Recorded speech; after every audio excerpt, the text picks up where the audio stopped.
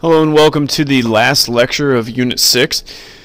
In this lecture we are looking at the final steps of completing the Constitution, and that means ratification and then adding the Bill of Rights. Ratification, we've kind of talked about a little bit. It means approval.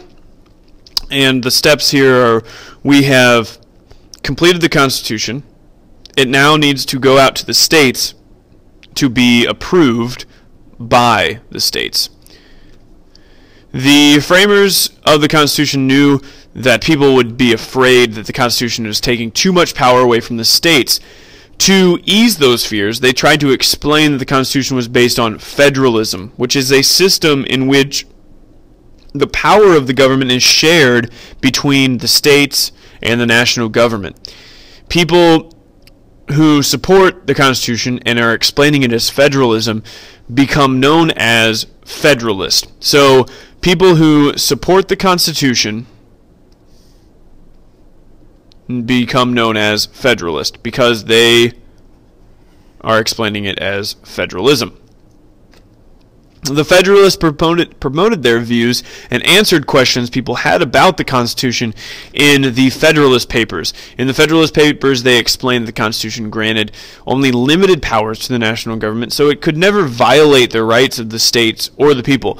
They're trying to say that the national government does not have absolute power. It only has not small power, but shared power with the states. The states always will have a way of having some power over the national government as well. The Federalists also point out that the Constitution gave the people the power to protect their rights through the election of trustworthy leaders. What they're saying is, if you are worried that people are going to overtake or take too much power in the government, then you shouldn't elect those people.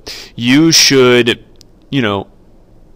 elect people that you think are not going to abuse that power. The power is in the people's hands, is what they're trying to say. People who did not support the Constitution were called anti-federalists. They were against the Constitution, so A, against, A, anti. Anti-federalists thought that the Constitution, again, took too much power away from the states, and they also did not like that the Constitution did not include a Bill of Rights. They wanted to see a set of rights like freedom of speech, freedom of press, freedom of religion.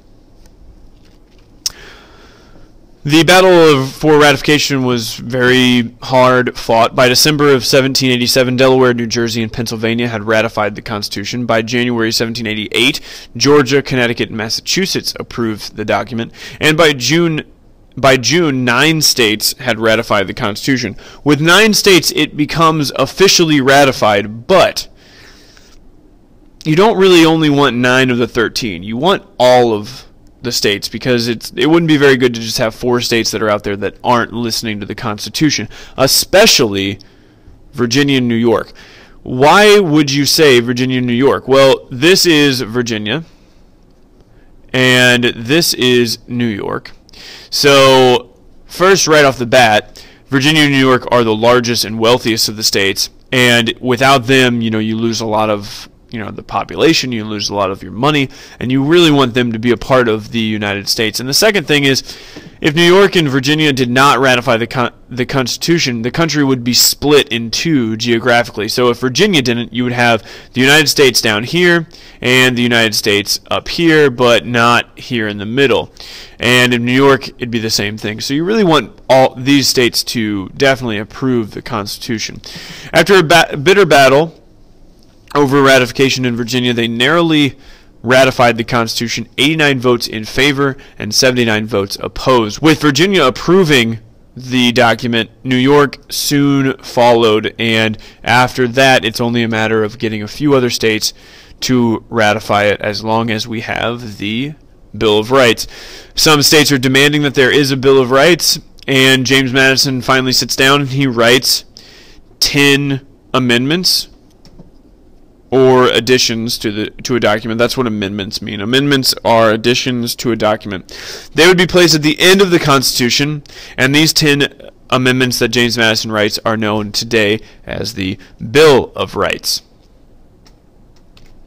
The first 9 amendments of the Constitution, the Bill of Rights, outlined individual freedoms like freedom of religion, freedom of press, freedom of speech, right to bear arms, all of that kind of stuff, and it makes states who want these written down rights happy.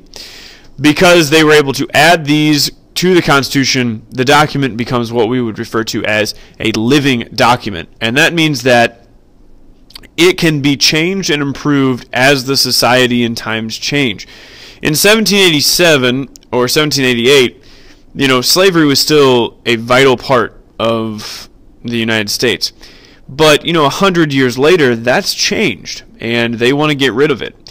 So instead of completely changing the Constitution, because originally there's nothing in the Constitution that says slavery is outlawed, instead of changing the whole entire Constitution, they simply add an amendment to the end that says all the slaves are free and slavery is outlawed in the United States. It changes with the times. In another few years, the women in the country deserve to have the right to vote, and it becomes a part of society that is what people want. And sure enough, they add an amendment to the Constitution that gives women the right to vote. As times change, so can the Constitution, because it is a living document. So that is Unit 6. In the next unit, we will look at the inner workings of the Constitution, and that will be Unit 7.